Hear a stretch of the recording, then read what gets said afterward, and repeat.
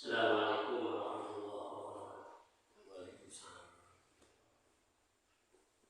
Al-Fatihah. A'udzu billahi minasy syaithanir rajim. Bismillahirrahmanirrahim. Alhamdulillahi rabbil alamin. Ar-Rahmanir Rahim. Maliki yaumiddin. Iyyaka na'budu wa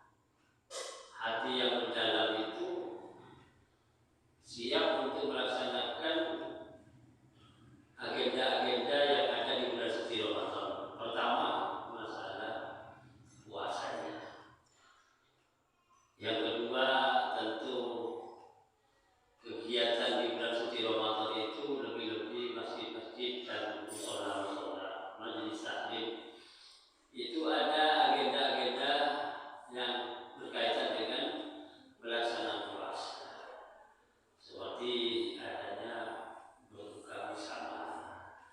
Cara sini namanya takjilan.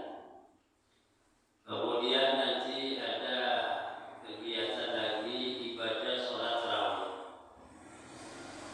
Kemudian ada lagi kegiatan setelah tarawih tadarus bersama, membaca Al-Quran bersama. Karena memang bulan yang istimewa itu tidak ada ruang untuk diisi dengan hal-hal yang kurang baik bagi orang yang merasa senang. Jadi yang merasa senang itu jangkauannya besar, luas, bukan hanya sekedar gembira dengan datangnya bulan suci Ramadan, hatinya gembira, tapi kegembiraan itu diisi dengan kegiatan-kegiatan yang sangat sangat besar respon dari agama, terutama bagi hamba Allah yang semangat untuk melaksanakan perintah Allah, khususnya puasanya dan juga sholat 5 waktunya, bahkan kegiatan yang lain sunnah-sunnah yang berkaitan dengan puasa itu dilaksanakan dengan penuh rasa gembira. Cuman mungkin yang perlu kita uraikan di sini perjalanan secara lumrah itu bukan biasa. Umumnya kegiatan selain puasanya itu yang semangat orang-orang kita itu hanya ya 1/3 lah awal Ramadan. Semangatnya, sakol-kolnya separuh. Tapi begitu sudah separuh akhir itu nggak banyak yang buru-buru itu. Atau dengan kecapean apa bagaimana. Tapi kalau kecapean tentu bisa diatur. Ya. Tapi kalau tidak disengaja atau tidak direncana untuk menurunkan aktivitas di bulan suci Ramadan, ya tidak apa-apa. Kelebihannya di bulan suci Ramadan itu hamba Allah yang melaksanakan ibadah puasa. Andai kata tidak ada kegiatan lain kecuali berpuasa, kemudian dia sukanya tidur misalnya, itu ini maaf, sukanya itu tidurnya dapat pahala. Nah itu seminim mungkin pahala kok adanya, asal tidak lepas dari kegiatan berpuasa. Kalau tidak berpuasa, mengaku dirinya beragama Islam, sementara sudah berkewajiban akil balik, ya tidak ada utur.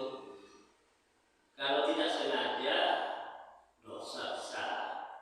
Tapi kalau disengaja untuk tidak berpuasa, nah ini lebih lagi itu dosanya. Bahkan kalau merasa tidak berkewajiban berpuasa, lain lagi itu. Sudah masuk kepada ranah hukum di mana seseorang itu statusnya sebagai orang yang iman berubah, tidak lagi iman itu kepada Allah.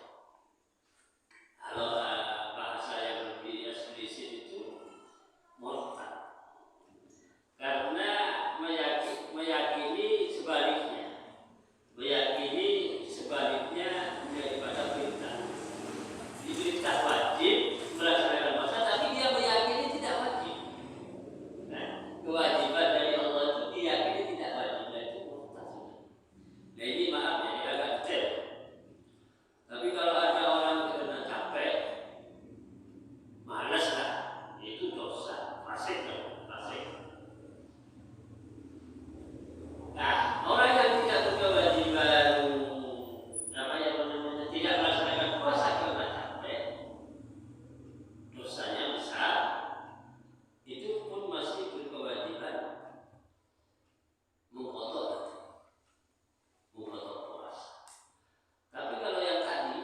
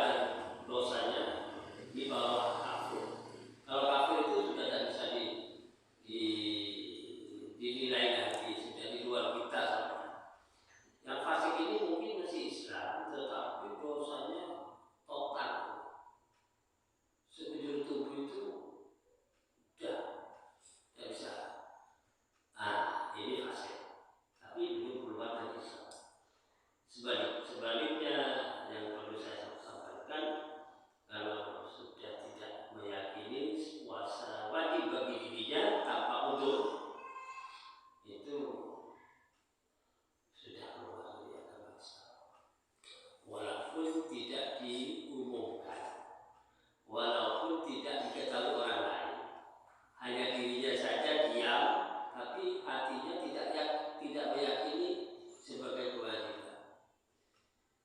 Nah, luar biasa. Ini satu persoalan yang perlu dipahami. Ada yang tidak berkewajiban tapi harus bayar fidyah. Dua kelompok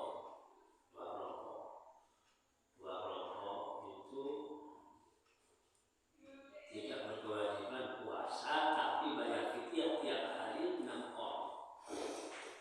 Bayar makanan yang biasa dimakan. Kalau di sini sudah 6 on.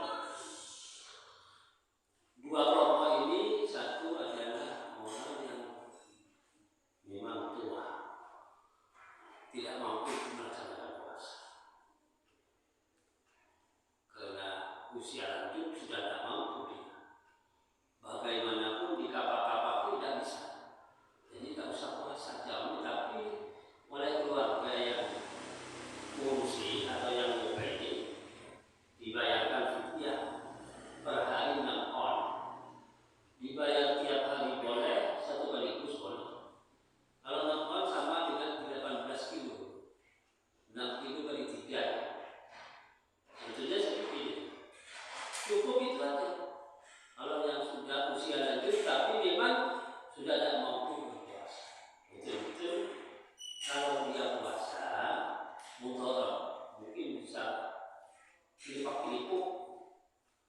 Nah ini usia. Kemudian yang kedua, orang yang sakit. Ini masih muda tapi sakit.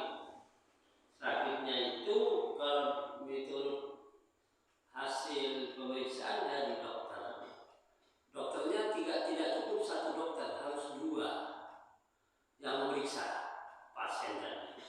Pasien yang sakit tadi itu diperiksa oleh kedua dokter, yang dokternya itu adil. Adil itu bahwa hasil pemeriksaan itu clean, tidak dipola, tidak direkayasa. Kalau direkayasa tidak bisa. Jadi yang bersangkutan sakit itu hasil pemeriksaan dari 2 dokter itu bahwa yang bersangkutan la yurja syifa'u, tidak mungkin tidak ada harapan untuk sembuh. Karena memang sakitnya nemen, bahasa sini komplikasi dan seterusnya. Tapi yang bisa harus 2 dokter. Kalau satu dokter tak cukup untuk lepas dari kewajiban puasa. Nah, jadi seseorang sakit, periksa, wah ini kamu harus tidak boleh puasa katanya. Satu. Terus besoknya diperiksakan lagi ke dokter yang kedua. Oh kamu tidak usah puasa karena begini-begini. Hasil pemeriksaan dari 2 dokter yang adil tadi itu menjadi perubahan hukumnya bagi dia gugur puasa tapi harus bayar fidyah. Tadi itu 6 orang itu. Hanya 2 kelompok itu saja. Yang tidak usah yang tidak berkewajiban puasa cukup membayar 6 on setiap hari, dibayar satu sekaligus boleh, dicicil tiap hari boleh, diberikan fakir miskin. Adapun yang sering terjadi itu bagaimanapun masih berkewajiban. Orang yang sedang hamil atau sedang menyusui, kan di sini banyak yang beranggapan sedang hamil tidak puasa bayar fidyah. Tidak usah bayar fidyah itu. Tidak usah puasa boleh, tapi besok nyaur gitu lah maksudnya. Setelah hari raya kalau sudah melahirkan badannya sehat nyaur saja. Nyaurnya karena 1 bulan mungkin 30 hari, mungkin 29 tergantung tahun yang bulan puasa yang diikuti tadi. Pas dia hamil atau menyusui itu sesuai dengan kalau 29 hari ya nyaurnya 29 hari dicicil boleh. Cara nyaurnya dicicil gitu lah. Nah, saya punya mantu kemarin punya hutang sekitar 17 hari. Nah,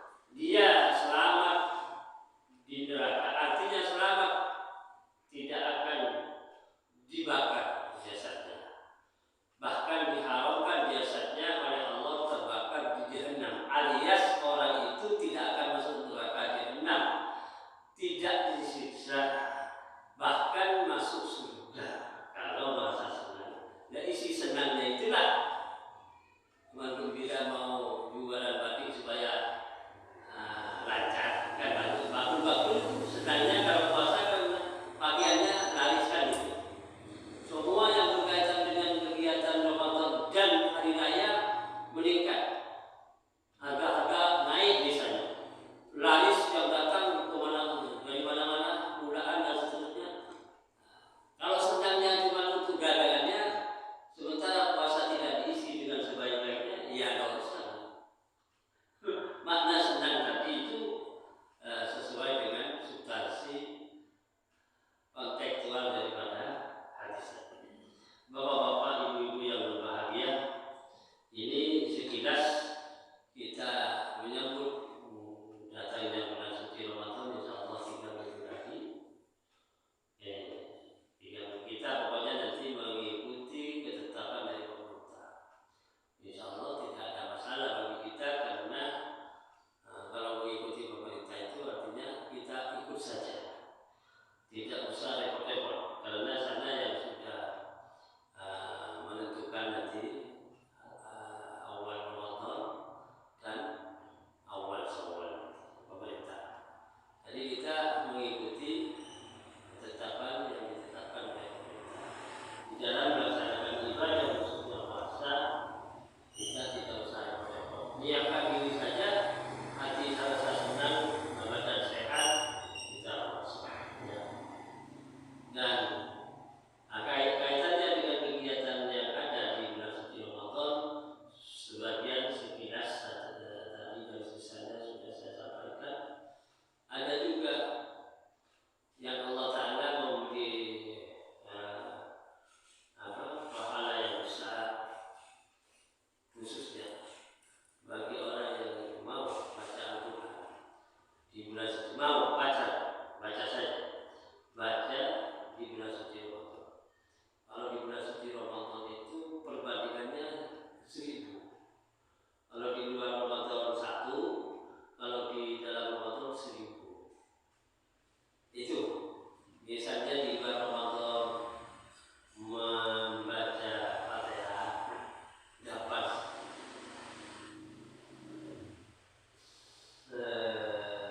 10 pahala misalnya. Kalau di bulan Ramadan, di dalam Ramadan itu 1000. Kalau menghantarkan Al-Quran di bulan Ramadan, di luar Ramadan dapat 10 karung. Nanti kalau di Ramadan satu khatam Al-Quran 1000 karung itu bahasa yang lebih eksplisit dan gampang. Jadi Allah Ta'ala melipat gandakan pahala bagi hambanya yang ingin meningkatkan kualitas ibadah dan pengabdiannya kepada Allah dengan segala macam cara yang baik-baik itu dilaksanakan. Ada lagi di akhir Ramadan, 10 akhir Ramadan itu kalau Rasulullah itu zaman Rasulullah di 10 akhir Ramadan itu Rasulullah ke masjid. Iya, malam hari ke masjid. Maksudnya itikaf gitu ya. Nah, di sini banyak juga saudara kita yang mengadakan kegiatan di 10 akhir Ramadan itu itikaf ke masjid. Ya, karena memang kata Nabi, awaluhu rahmah, awsatuhu maghfirah, akhiruhu itkun minan nar, kan gitu. Ramadan awalnya itu penuh kasih sayang dari Allah, akhirnya pertengahannya penuh ampunan dari Allah, akhir dari Ramadan adalah lepas dia dari siksa api neraka. Nah, tinggal kita itu berusaha semampu diri kita untuk